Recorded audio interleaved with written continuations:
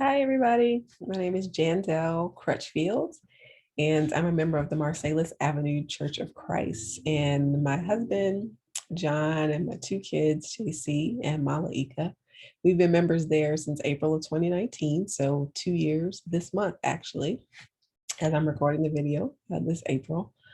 And we absolutely love our church home, our congregation. And it's interesting because we're able to say that even though a year of those 2 years has been mostly virtual for us in terms of our worship and our experiences with our church members there at Marsalis Avenue. So, they're great if we've been able to stay connected in this time of the pandemic. And so it really is the pandemic that has launched a lot of the virtual efforts with technology in our education program. My husband and I both teach in the children and youth education ministry. And so we were tasked with how to continue to provide educational resources, lessons for our students at the Marsalis Avenue Church of Christ once the pandemic hit. And we've done a good job providing resources online, engaging with them live, being able to see them, and so that they could continue to connect and learn the great lessons of the Bible. And so I know parents and students alike have been appreciative. And so I just want to share with you, it's a blessing to be able to share about using technology with elementary age Bible students in particular.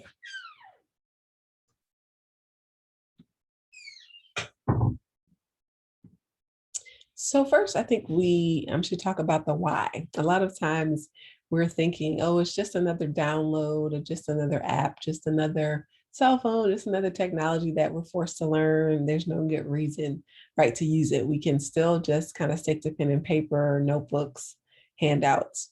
The why is that this generation actually is different in terms of how they learn. From a very young age, as a 2 or 3-year-old, if not before, you have your parents' phone in your hand, you have some type of app that you're using on the phone, or you actually have your own device. And so that's why this picture is here. And so it's actually a way that they learn lots of information, a way that they even see the world. And it's actually sometimes a benefit because the world can come to them through a device. And so it's a generational shift that's happening in terms of how students learn. It also is based on learning styles, right? There are times where students do learn by looking at a video or hearing a song in a different way, or something presented on a screen, a graphic that really helps them to get the picture, right? Even for some of you, as you're looking at this slide, you might say, oh yeah, all kids, we've seen this before where the kids are on some type of device, right? And then of course, COVID-19. Virtual school learning. There's a lot of things that will last from this pandemic that will not leave us. And virtual learning, virtual delivery of information, I think is one of those things that will remain. Virtual communications with people. And it's actually brought a lot more people together, and people that would not be able to be in the same location. And so it's an opportunity. That's the why. So the how is what we'll spend most of this presentation on. And the platform that we decided to use at Marsalis Avenue, there are lots of online platforms, is Zoom. And so you're familiar with Zoom. If you're not, there's a free online version of this that you go to, you sign up for free, you create an account with your email address and password you can see here, and boom, you have now a Zoom account. So the basics are that you want to decide on a platform for yourself.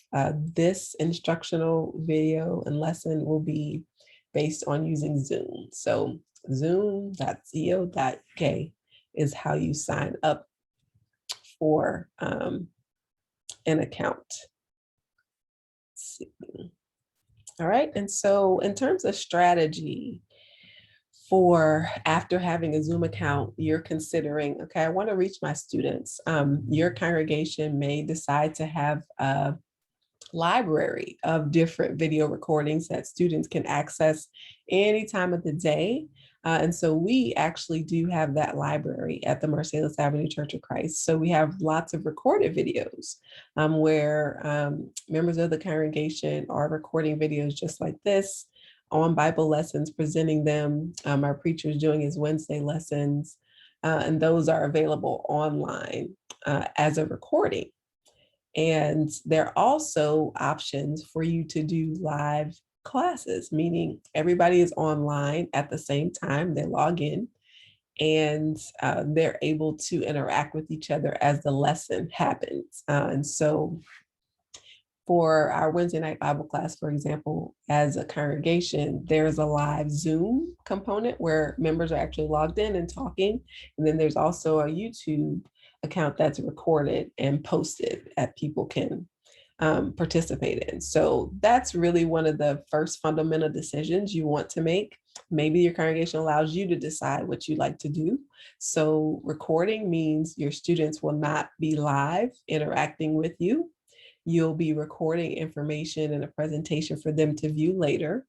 And then live means that every one of your students will log on with you as you go through your lesson. So the approach that you take is potentially depends on how comfortable you are with going live and talking to students, engaging virtually.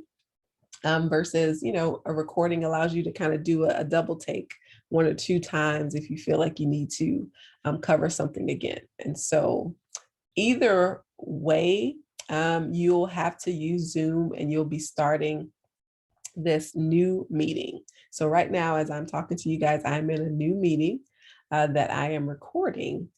And you are in your Zoom account and you are clicking on new meeting here and your meeting will start.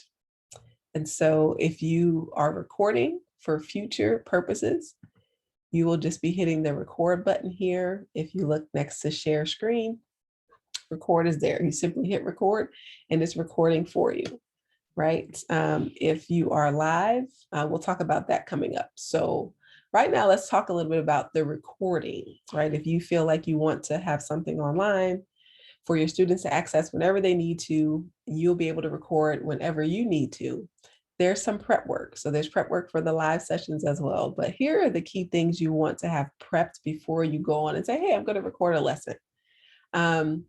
Most of the things that you'll be teaching in the lesson, you'll have to use the share screen button. So this will be your favorite button. It's highlighted here in green. And so if you have a PowerPoint, like the PowerPoint I'm showing you now, if you have PDF files of the lessons, right, with questions and all of these things, you'll be using that share screen and selecting what you might want to share.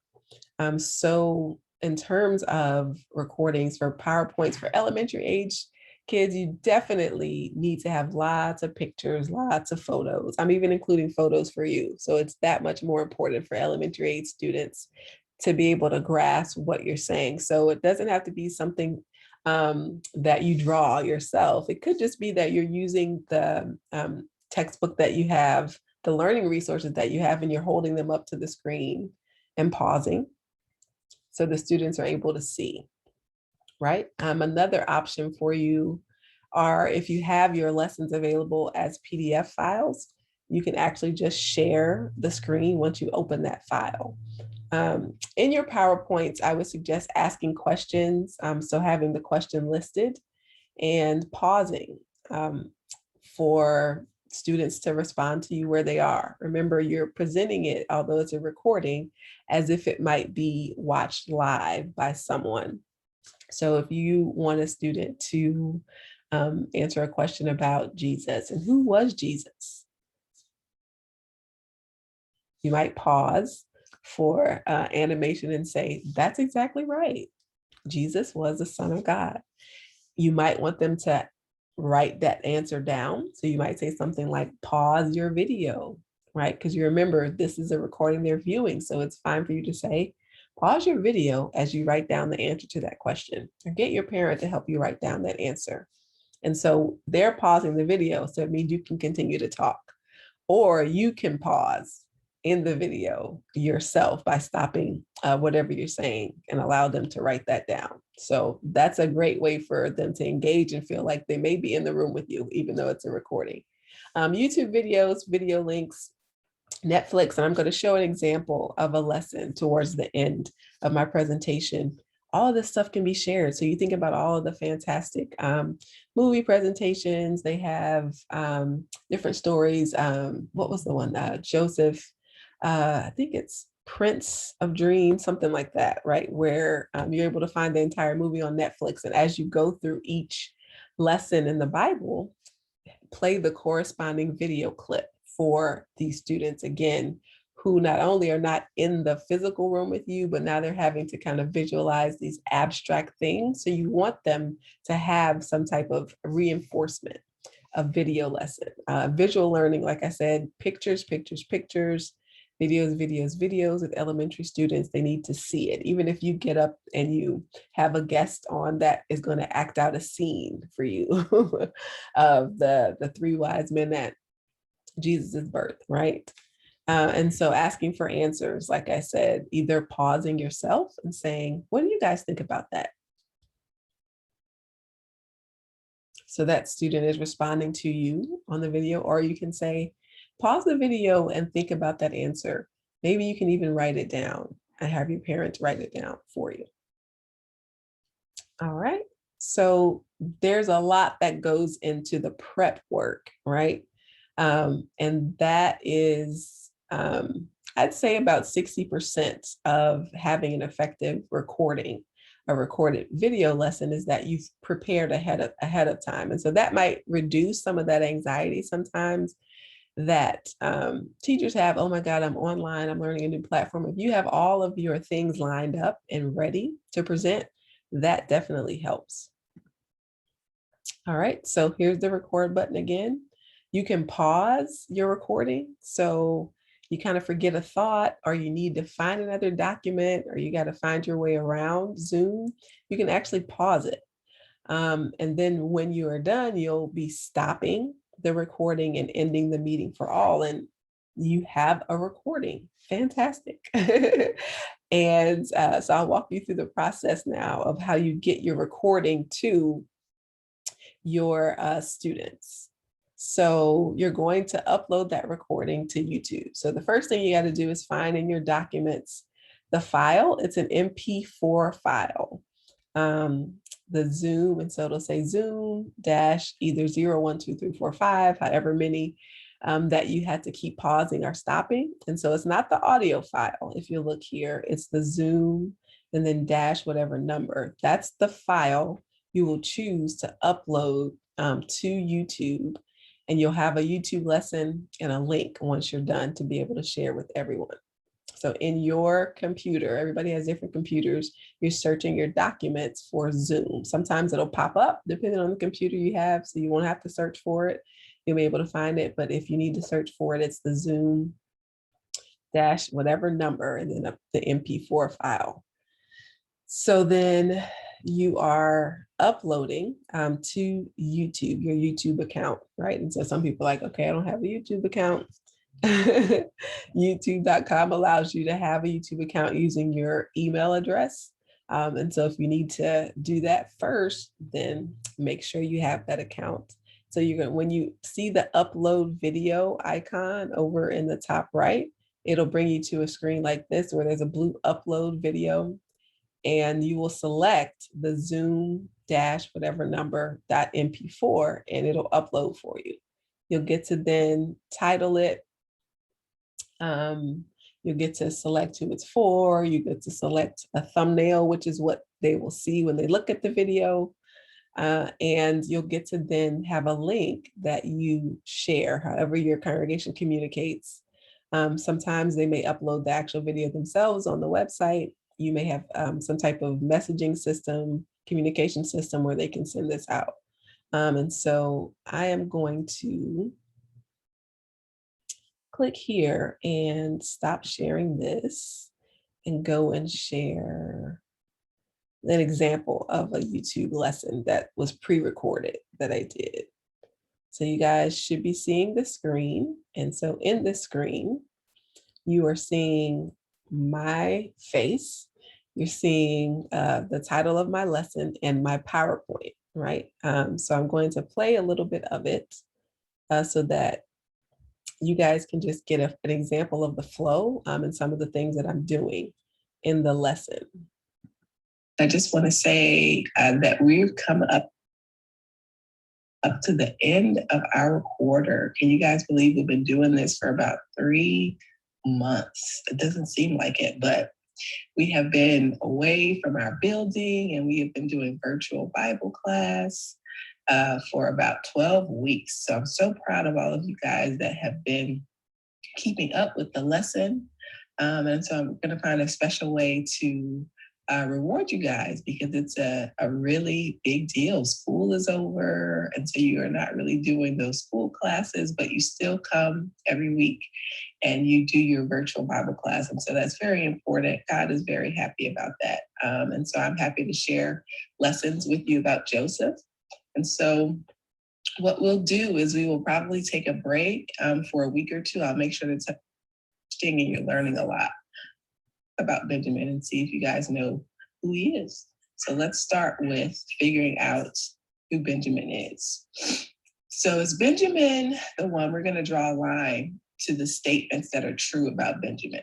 Is Benjamin the one who got a special coat from Jacob? Was that him or was that Joseph? That was Joseph, right?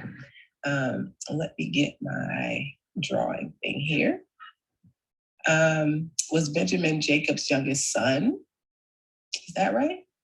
Yeah, that's right. So let's draw a line here. Remember, Joseph never met him until they came to Egypt with his brothers. But he is Joseph's younger son, which means it's Jacob, his dad's youngest son. And then you guys remember, did Benjamin go on the first trip to Egypt or not? When they went to buy grain? No, Benjamin didn't go on that first trip. Remember, his dad. All right, so you guys can see here, I'm talking to students. And so the way that I've decided to do it is not to say, pause your video and answer. I'm kind of pausing to allow them to be able to respond as if I'm really kind of with them in the room. So this is one of those PDFs, like I said, that you can share. You can actually add it ahead of time to your PowerPoint, take a screenshot of it and place it in your PowerPoint. So that way it comes up on the screen. In Zoom, there are these fancy annotate tools at the very top where you can draw. And so it looks to the students that as they're watching, they can see the line being drawn from the video that you have. I'm going to go to some questions next. So on this screen, you'll see that we're asking questions about respect. And so they are questions. Our lesson helps us to learn about the word respect. And I'm sure all of you guys have heard that word before. And so when we talk about respect, we mean giving people the honor and treating them as you should. So let's answer these questions on your papers. Might take you a while to think about it. So you can always pause that video. So you guys heard me say on your papers. So it may be that, hey, you say, for this lesson, you're going to need your papers. Here are the questions. And I remind them it's okay to pause that video so you can take your time and answer them. And so kids are following along, they pause it, and they know that they're writing something down. It takes care of you most of the time. Who might that be? For some of you guys, it might be different. If your parents are working, you may be with a babysitter, you may be with a grandparent, or you may be with your mom and dad or your mom. Who takes care of you most of the time? What are some ways that these people take care of you? What do? Do they get you up in the morning? Do they help you get dressed? Do they fix food for you? Do they help wash your clothes? Do they help you with lessons like this one? What are some ways those people take care of you that you talked about? All right, and then do your parents or great? All right, so that's a way to incorporate questions. And so I want you guys to pay attention to this because in the recorded version, you can also see ways that in the live version, you can ask similar questions, but you'll actually have people talking back to you. You'll have the students talking back to you. Here's a good opportunity, and I'm going to share this again when I talk about the live, but having students turn in their Bibles to scripture, but also having the scripture there for them. And that might mean typing it on a Word document and then putting it in your PowerPoint like I have, or just typing in the PowerPoint on a slide, right? So that way they can see it. Had all his brothers, remember? They were ready to eat. So he told his servant to fill his brother's sacks with grain. Remember? So as you're reading, remember, you want them to be able to follow along. You want them to be able to see what you're saying. So that's really important for elementary age students, not just saying, turn in your Bible and read along, but you having in front of them what that read along will look like. Going to the next section here. Here's an example of where I've just typed in the Bible verse, right? Rather than having it pre-typed and then adding the picture of that. All right, so this is the next thing is a clip. And I think it might be the Prince of Egypt or Joseph, the Prince with Many Dreams. Sorry, I can't remember the title of this. This is about a year ago now, but it's a Netflix movie. And so as I'm talking about Benjamin and Joseph, I actually am able to talk about Joseph's brothers coming and him dining with them by showing a video clip. And so students always they look forward to that. And as a matter of fact, when I had them live, they always ask, hey, can you show us those again that you had on the recordings? Inviting his brothers to a lunch.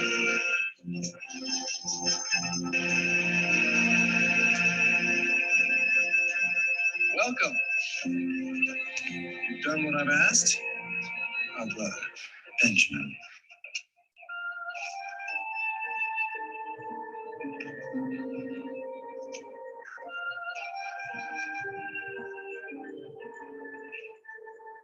You kept your word. Hurry up. Right, so elementary age students in particular, right, really like to see the lesson reinforced. And so adding visual aids to even a virtual session, a recording, are so important. And in terms of reinforcing, you want to have review questions that, again, you're probably going to ask them to write down or pause and let them respond to you. So these are the review questions about Benjamin's, him having the silver cup, right? And then finally, this might be material that you have from your Bible study aids, right? So I'm able to find this picture from a Bible study aid and then ask questions of this, in this case, the pre-K through third grade students, and have them write the answers down. So I'm trying to get back to where I start this part. And so this, again, is trying to get them to apply the concept of respect. So you want to have applications, right? Not, hey, we learned about this lesson on Joseph and his brother Benjamin and how he treated them and how they treated him. But how does that apply, right, to respect and you respecting others? So they really need, at the elementary age, concrete ways to implement this. Grade, take a look at this picture here. It looks like there's a mop and a bucket and somebody slipping, like their food is flying. So this says, what's happening to Elizabeth in the picture? Why is she spilling her food? Her mom just finished mopping the floor, so it's slippery. So on your papers, you don't have to answer the first two questions there, but do answer, what can Elizabeth do so her mom will not have to clean the floor up again? Pause it and write your answers. So I have them pausing, and something about elementary age students, if they're following along, great. If they're not, or if they're distracted, you see how I say pause it, but then I also pause a little bit to let them pause it, right? So the subtle things, right, to help the lesson flow are what we think of. And then we always end with, try to get to this part of the lesson, a prayer. And so I think at this point you can see my eyes are closed and I'm praying for students and for the lesson to range and rethink our classes, but we'll be back again. And so stay tuned for those of you guys who kept up with all the lessons and passed the virtual Bible class. All right, let's pray. Dear God, thank you so much for. Right. And so that's a lesson that you would probably see, and you know all of the components potentially in a classroom. It is more challenging to have to deliver this virtually. I'm going to go back to my notes here. That was the YouTube lesson that I shared. So that's the final product, right? Of all of that prep work, kind of thinking of which pictures to include, what questions to add on the PowerPoint, making sure I'm ready to be able to share those on my screen. If I have pictures or PDF printout of the lesson, having all of that prepared and then hitting record, keeping the recording, uploading it to YouTube. So there are quite a few steps, but this is something that can be accessed over and over and over again, as many times as needed. Students can pause it, they can pull it up anytime. So invaluable to students. And so the other aspect of it, the prep work is similar, but are these live sessions, right? I would love to be able to have all of you in a session with me now, interacting, asking questions, being able to get answers, hearing your thoughts and your perspectives on God's word.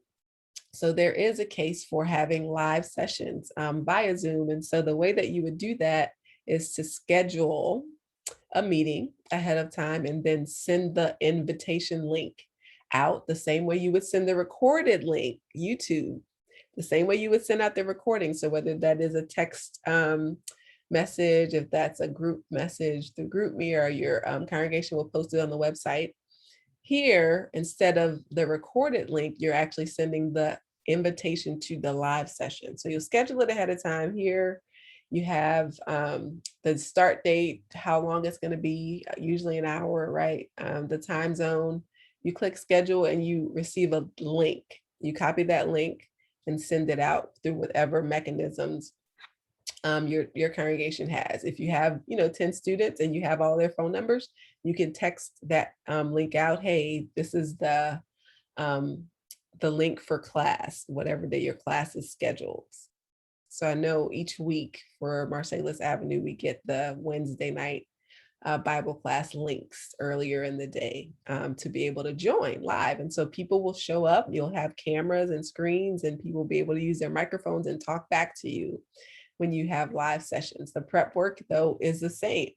And you have a little bit less room for error, right? If your technology kind of shuts down, if you're not able to find the video, then you have people live, students live on there waiting for you to be able to figure out your technology, right? And so that's why, again, the prep work is not going to be any different. You have to have all of those questions prepared. You have to have your links prepared if you're going to have a Netflix video or your PowerPoint, making sure that it's already nice and printed out and ready to go, right? So there is no recording unless you want to record a live session, typically because students are talking about things that might be personal to them, et cetera. We don't record the live sessions. But there may be a case where it's a meeting, or it's something else. I know for the adult Wednesday night Bible class, it's recorded for YouTube. All right.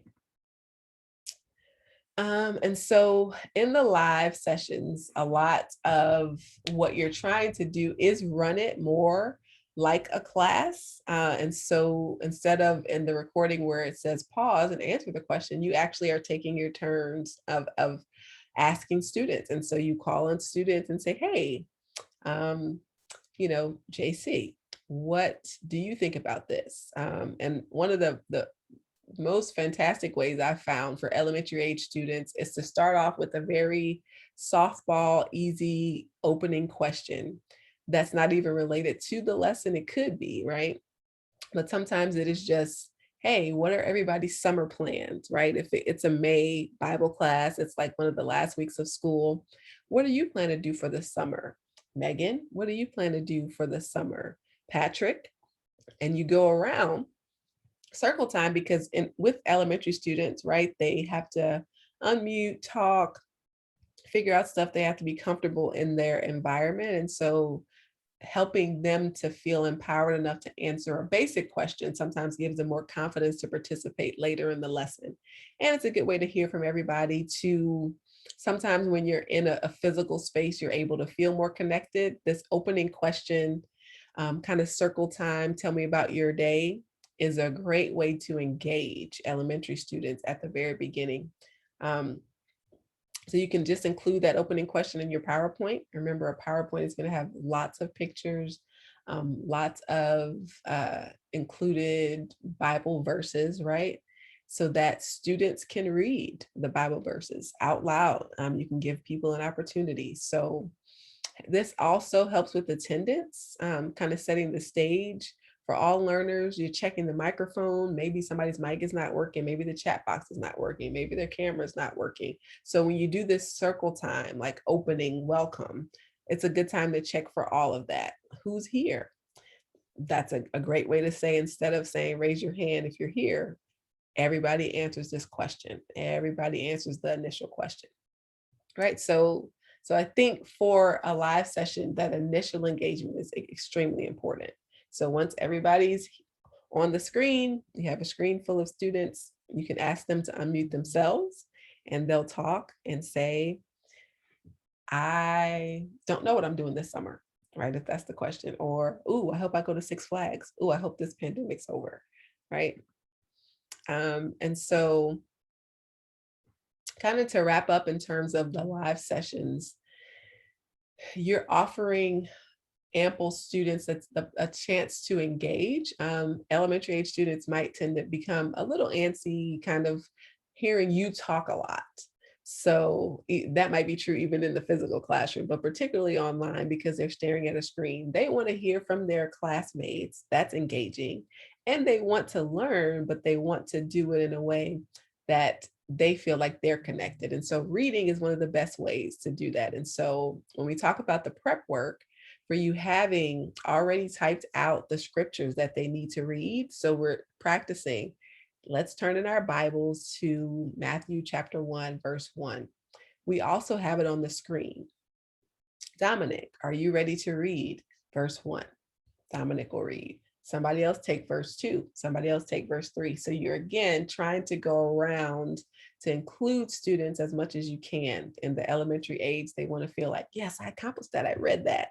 Like big success for students. Answering questions, give them time. Ask specifically, Jandel, do you have, and I thought about that. What do you think about that? Malaika answered it this way. What do you think about that? Do you think something different? I've even played games or had props myself, right? So if I'm going to have a football basket, right? If that has something to do with my lesson, I'll say, do you guys think that there's something in this bucket, but not this bucket? Which bucket do you think there's something in? And they'll answer, oh, it's the left bucket. Oh, it's the right bucket, right?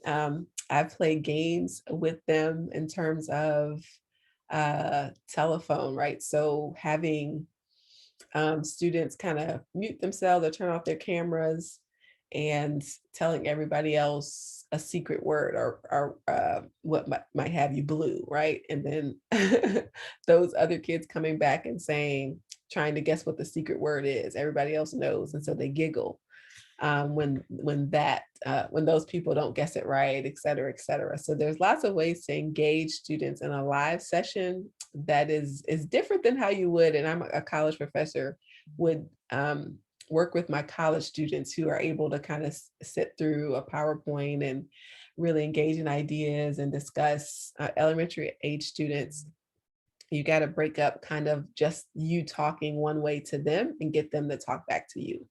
And then lastly, a good way to engage student is through prayers. If you're teaching particularly young students who may be practicing, right, be learning how to pray, it's a good idea to potentially have everybody go around and say something they're thankful for as part of the prayer, right? Kind of this idea of a chain prayer. Well, I'll start and I'll say, I'm so thankful for all of my classmates, Malaika, and she'll say, I'm thankful for this. Deja will say something that she's thankful for. We'll go all around as a class. Again, just a way to go all around, just a way that kids are connected, just the way that it reinforces their lesson. Or you can ask an individual to pray, and you might identify them at the beginning of that lesson. So that way they know they're going to pray at the end, right? Even asking for prayer requests for elementary age students. We know that they have things that they are concerned about, especially right now. So good way to have them engaged. All right, so that is the end of my presentation, mainly trying to give us two dynamic ways to bring lessons to our kids virtually, either through the recorded lesson or through a live session. And again, I know my contact information will be available through the conference, but I'm happy to talk about this more, happy to jump on a live session, right? This is recorded with anyone who wants to kind of practice some of these skills. And sometimes that's what it means, is recording yourself talking and saying, okay, I sound all right. Or maybe I should talk this way, or maybe try this or try that. A lot of it will be trial and error. And so hopefully this provided you with some of the basics, right, of how and why we should do this. So thank you so much for your time and effort, and for the work that you do.